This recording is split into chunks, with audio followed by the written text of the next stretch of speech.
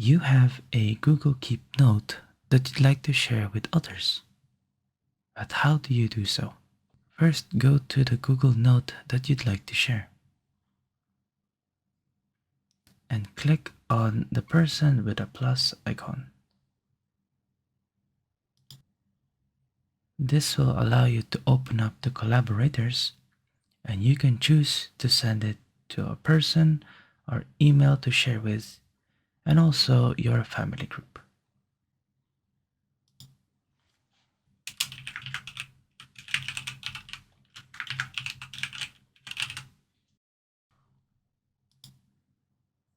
Click Save,